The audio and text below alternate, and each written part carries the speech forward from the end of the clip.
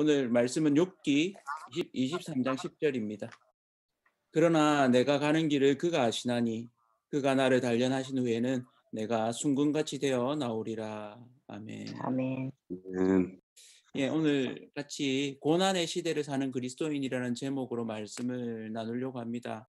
코로나 19가 어느덧 한 1년 하고 2개월, 그러니까 한국에 본격화된 게 작년 2월 중반부터였던 것 같습니다. 그러면서 이제 대구에 굉장히 확산이 되어지면서 우리에게도 이렇게 곧 사그라들지 않겠나 이렇게 좀 기대했는데 사그라들지 않고 오히려 더 확산되어지고 굉장히 이렇게 좀 커지는, 그래서 뭐 마치 이렇게 조그마한 불이 이렇게 들판에 불이 붙었는데 진화를 한다고 이렇게 막 발로 밟고 이랬는데 금방 진화가 될 줄 알았는데 이게 막 바람이 불면서 산불로 이렇게 확 번지는, 그래서 이게 그냥 단순히 우리 동네에만 잠시 있다가 이렇게 끝나는 것도 아닌 전 세계적으로 이렇게 막 확산되는 것을 눈으로 이렇게 보면서 '와, 이렇게 될 수도 있구나.' 그래서 전 세계가 경각심을 가지고 또 어떤 면에서는 '야, 이게 이렇게 고난이 우리 삶에 이렇게까지 다가올 수 있구나.' 하는 부분들을 다들 좀 겪는 그런 시대를 좀 지내고 있는 것 같습니다. 그래서 이 시기를 이렇게 좀 지나면서 예 이에 대한 국가적인 반응들, 우리나라뿐만이 아니고 여러 나라들이 어떻게 반응하는가 이런 부분들을 보면서 또 어떤 면에서는 각 나라들, 우리가 좀 이때까지 겪어왔던 나라들에 대한 기대나 이런 부분 이미지가 있었는데 그런 이미지들도 좀 달라지는, 그래서 우리가 볼 때는 '야, 이 나라들이 참 잘할 거다.'라고 생각했는데 의외로 잘 반응하지 못하는 이런 부분들을 보면서 좀 소위 이렇게 위기 앞에 이렇게 민낯이 드러나는 이런 모습들도 좀 우리가 보게 된 것 같습니다. 그래서 이런 좀 시기를 이렇게 1년 넘게 이렇게 좀 보내다 보니까 야, 이 고난이 어디에서 이렇게 기인했는지, 또 우리가 어떤 태도로서 이 시기를 좀 살아가야 되는지 그리스도인으로서 좀 생각해 보게 되는 이런 좀 시간들인 것 같습니다. 삶 가운데 지나면서 고난을 즐거워하는 사람은 아무도 없을 것입니다. 근데 그 고난을 겪으면서 이렇게 좀 사람의 반응이, 보통의 반응은 '내가 뭘 잘못했지?' 이렇게 좀 반응하거나 혹은 '이 고난이 누구 때문이지?' 이렇게 좀 반응하는 부분들이 있습니다. 그래서 어 '내가 잘못해서 그런 게 아닌가.'라고 하는 거는 그래도 이렇게 좀 굉장히 겸손한 태도고, 예 많은 태도는 탓을 합니다. '이게 누구 때문에 그래? 중국 때문에 그래.' 아니면 혹은 방역을 잘 못 지켜서 탓을 합니다. 소위 희생양을 삼는 거죠. 그렇게 하고 나면 나는 잘못이었고 그쪽에서 잘못을 한 거기 때문에 책임을 그쪽에 지는 거죠. 그러면 마음은 좀 한결 이렇게 좀 시원한 구석 혹은 자기가 좀 책임을 회피하는 부분들이 되어집니다. 오늘 욥을 좀 같이 보려고 하는데 우리 이렇게 고난에 대해서 생각하면 가장 쉽게 떠오르는 인물이 욥입니다. 그리고 이 욥에 대한 성경의 평가는 아브라함과 동시대의 사람이라고 이렇게 보통 알려져 있습니다. 그래서 이 욥에 대해서 욥기 1장 1절에는 욥에 대해서 이렇게 얘기합니다. 성경이 우스 땅에 욥이라는 불리는 사람이 있었는데 그 사람은 온전하고 정직하여 하나님을 경외하며 악에서 떠난 자더라, 이렇게 좀 평가하고 있습니다. 이 욥에 대한 굉장히 긍정적인, 그래서 의인이라고 평가되는 이 욥에게는 예 7 아들 3 딸이 있었는데 하루 사이에 이들이 폭풍으로 강도로 이렇게 해서 다 죽게 됩니다. 욥의 마음이 어땠을까요? 예. 제가 장모님을 여의고 곧 그런 돌아가실 것을 우리가 좀 생각을 하고 이래 있었음에도 불구하고 이렇게 돌아가시는 그 찰나에는 '아, 이게 타이밍이 이렇게 오는구나.' 그리고 그걸 겪으면서 야, 이 죽음을 맞이한다는 게 우리는 그래도 이렇게 좀 대비를 했지만 대비하지 못하고 갑작스럽게 그런 죽음, 그것도 부모님에 대해서 이렇게 느끼는 거하고 자녀들이 갑자기 이렇게 죽게 되었을 때, 그것도 예, 하루 사이에 순식간에 그 10 자녀를 다 잃어버렸을 때 욥이 겪는 그 아픔은 어땠을까? 이런 생각을 좀 해 보게 됩니다. 이 욥이 평소에는 얼마나 이렇게 좀 철저하고 또 하나님 앞에 거룩했는지, 잔치를 하고 나면 그 잔치에 대해서 그들 자녀들 한 명 한 명을 위해서 일일이 번제를 다 드렸다고 합니다. 그러니까 번제를 드린다는 게 우리는 그냥 예배하는 거라고 생각하지만 사실은 짐승을 잡아서 다 각을 뜨고 피를 흘리고 이런 아주 수고로 또 이런 작업들을 다 하는 거거든요. 그러니까 잔치가 끝날 때마다 그런 수고로운 일들을 다 이렇게 한 겁니다. 그 그랬던 욥이 하루아침에 자녀들이 다 죽었다는 소식을 들었을 때 그 황망함. 예. 사실 예전에 아들을 한번 이 강알리 바닷가에서 잃어버린 적이 있습니다. 그래서 1 시간여를 이렇게 막 찾는데 진짜 별의별 생각이 다 들더라고요. 그래서 그때가 신대원 제가 1 학년 시절이었는데 '야 이렇게 해 가지고 대학을 마칠 수 있겠냐. 공부를 마칠 수 있겠냐.' 이런 생각까지도 막 들더라고요. 그 바닷가에서 1 시간 정도를 찾았는데 못 찾아 놓으니까 마음이 정말 힘들더라고요. 그래서 근데 다행스럽게도 이렇게 누군가가 이 아들 상황을 보면서 '야 얘가 길을 잃어버렸구나.' 자기도 예전에 그런 경험이 있는 겁니다. 그러니까 편의점에 딱 데리고 있다가 이렇게 다급하게 걸어가는 그 아내를 보고는 나와 가지고는 "혹시 나그네 어머님이시냐고." 이렇게 해 가지고 저희가 이렇게 만났던, 참 감사했던 이런 기억도, '하나님이 우리 기도를 들어 주셨구나.' 그래서 동일하게 돌아오는 집 안이었는데 그 우리의 차 안에서 저도 모르게 눈물을 흘리면서 하나님께 감사하는 기도가 되더라고요. 그래서 이 욥이 제가 만약에 그때 아들을 아예 잃어버렸으면 정말 '제 삶은 완전히 이렇게 달라졌을 수도 있겠다.' 이런 생각을 좀 하게 되는데, 욥은 저하고 완전히 반대 상황이죠. 하루아침에 자녀들을 다 잃어버렸습니다. 그러면서도 그 자녀들 재산 또 피해 이런 부분들이 많음에도 불구하고 뭐라고 고백하냐면, 그 일을 겪고 나서는 이렇게 고백합니다. 이르되 내가 모태에서 알몸으로 나와사온즉 또한 알몸이 그리로 돌아가올지라 주시니도 여호와시오 거두시니도 여호와시오니 여호와의 이름이 찬송을 받으실지니이다 하고 이렇게 아멘. 얘기합니다.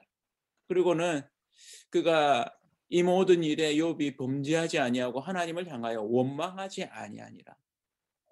참 욥의 대단함을 보게 됩니다. 어려움을 겪게 되면 우리의 마음에 뭔가 내가 잘못해서가 아니기를 바라는 마음이 있습니다. 그러면 탓을 하게 됩니다. 누군가가 이 원인에 대해서, 그래서 그 원인이 안 찾아지면 그리스도인들 중에서도 이게 저는 건강한 반로라고 생각합니다.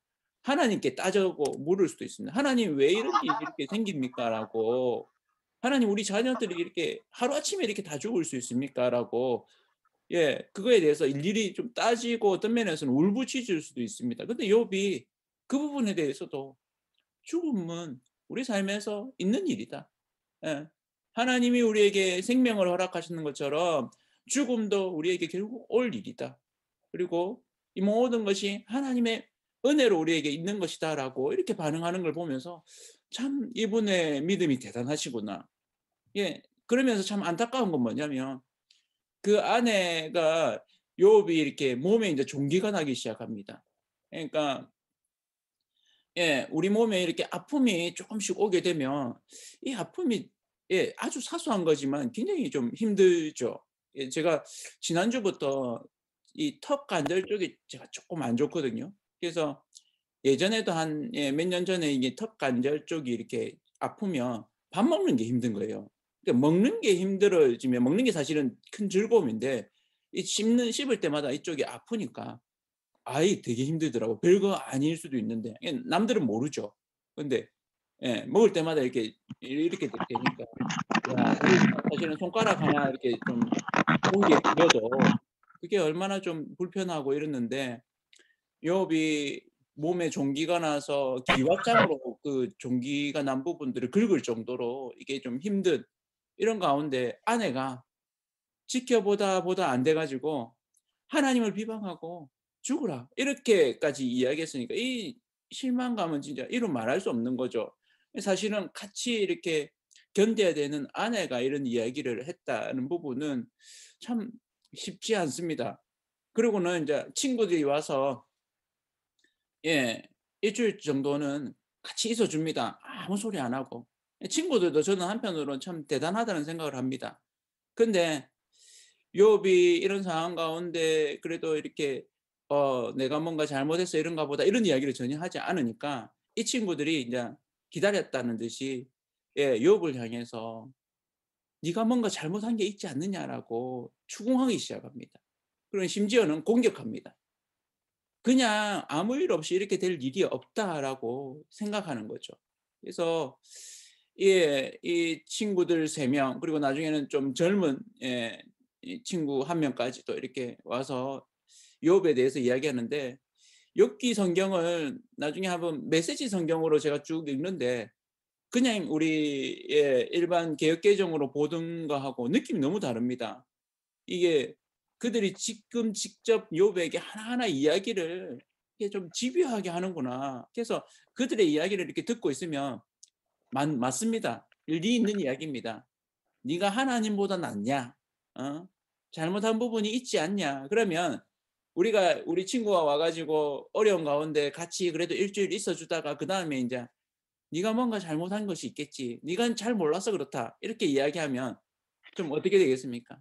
'그래. 내가 뭔가 잘못한 게 있는가 보다.' 뭐 이렇게 좀 수긍을 한다든지 '그래도 그게 아니지.' 이렇게 좀 반박을 한다든지 이렇게 되는데 보통은 좀 수긍하는 태도가 있을 수 있겠죠. 근데 욥이 하나님 앞에 정말로 이렇게 정직했던 겁니다. 진실했던 겁니다. 그래서 이 부분을 친구들이 오해한다고 느끼시니까 욥의 답답함이 너무 큰 겁니다.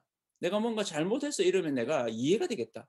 근데 전혀 그런 부분이 없는데도 불구하고 또 어떤 면에서는 친구들에 대한 배신감도 느낍니다.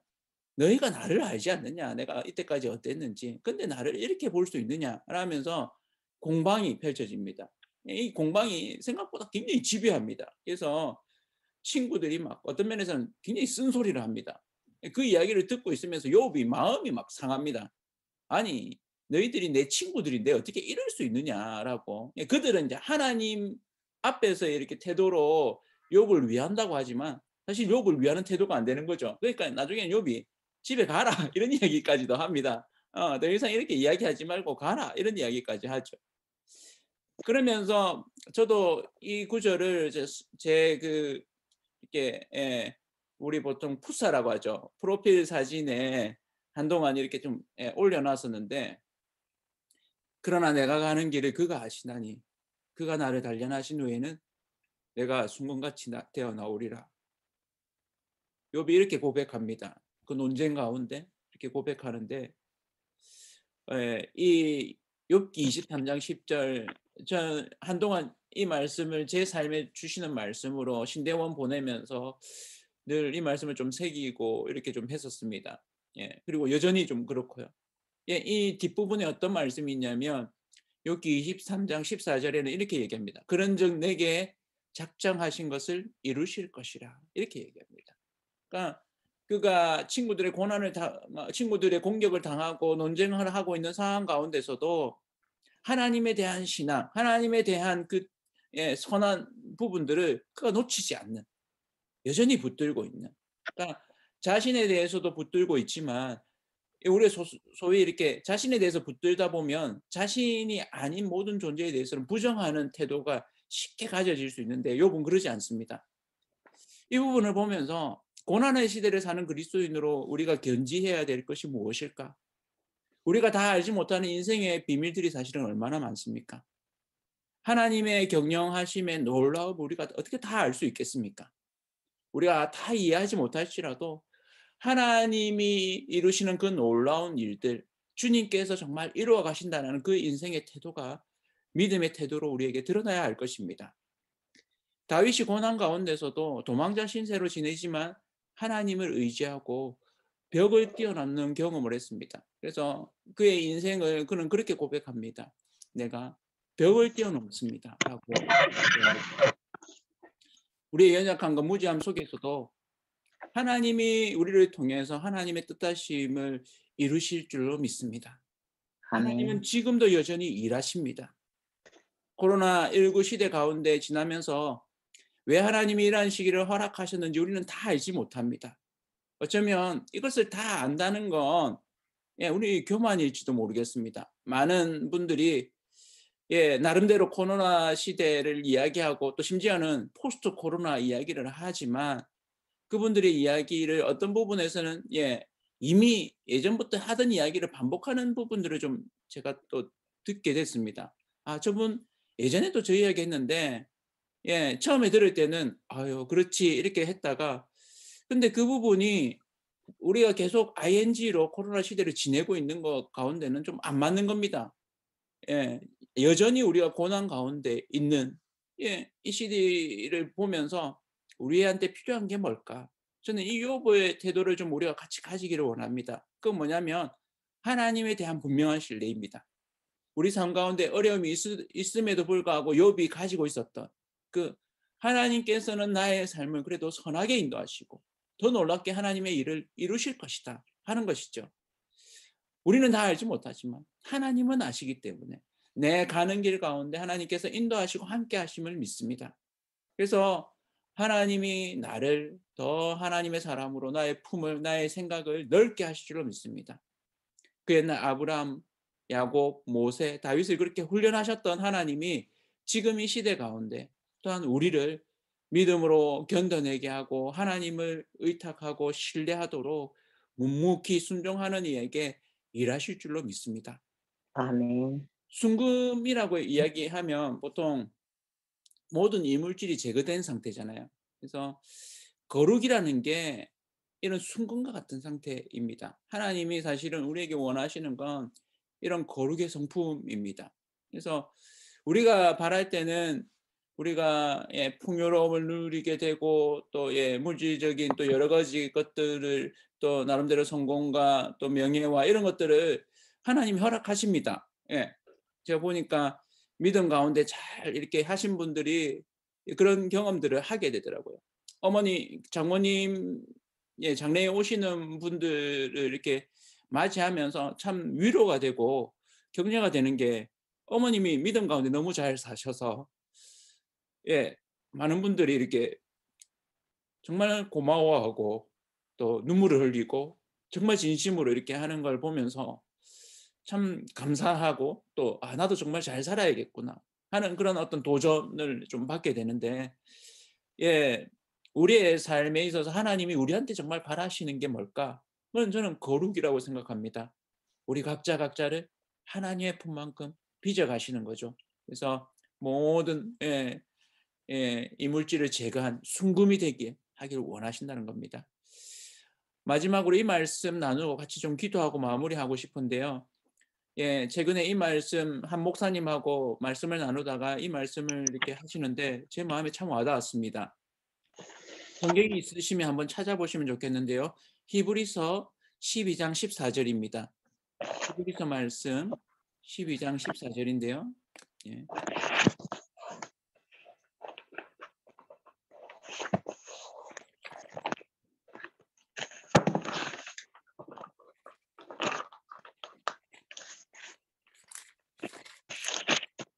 제가 한번 읽어 드리도록 하겠습니다. 모든 사람과 더불어 화평함과 거룩함을 따르라. 이것이 없이는 아무도 주를 보지 못하리라. 아멘. 아멘. 우리가 사람과의 관계 가운데 화평함과 함께 거룩함을 이야기합니다.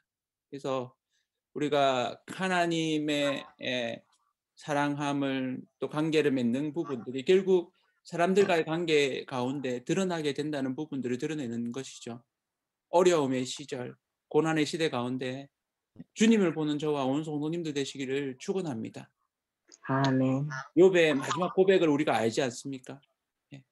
귀로만 듣다가 "이제 하나님을 봅니다."라고 말했던 그 고백이 우리의 신앙 가운데 더 깊어지는 우리 저와 온 성도님들 되시기를 축복합니다. 코로나 19가 길어지는 전 지구적인 어려움 앞에서 하나님의 뜻을 묻게 됩니다. '하나님 왜 이 시기를 우리가 지나가야 됩니까?'라고 "하루빨리 좀 이 시기를 넘어서게 해 주십시오."라고 하는데 욥의 믿음을 보면서 '하나님 그 욥의 믿음을 우리에게 주십시오.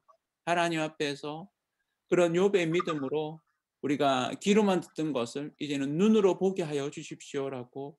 그래서 이 오늘 나누었던 욥기 23장 10절 말씀 좀 기억하시면서 하나님이 나의 길을 더 잘 아시기 때문에 나를 단련하신 후에는 내가 주님 앞에 순금같이 되어 나아가겠습니다라고 그렇게 나아가는 화평함과 거룩함을 이루시는 저와 온 성도님들 되시기를 축복합니다. 아멘. 아멘. 예, 제가 한번 축복 기도하고 기도 시간으로 이렇게 자유롭게 좀 갖도록 하겠습니다. 주 예수 그리스도의 은혜와 하나님의 놀라우신 사랑과 성령의 교통하심이 고난의 시대 가운데서도 하나님만 온전히 신뢰하고 더 놀라운 일들을 우리 삶 가운데 이루셔서 우리로 순금이 되게 하실 그 하나님을 믿음으로 나아가는 모든 이들에게 지금부터 영원토록 함께 있을지어다. 아멘. 아멘.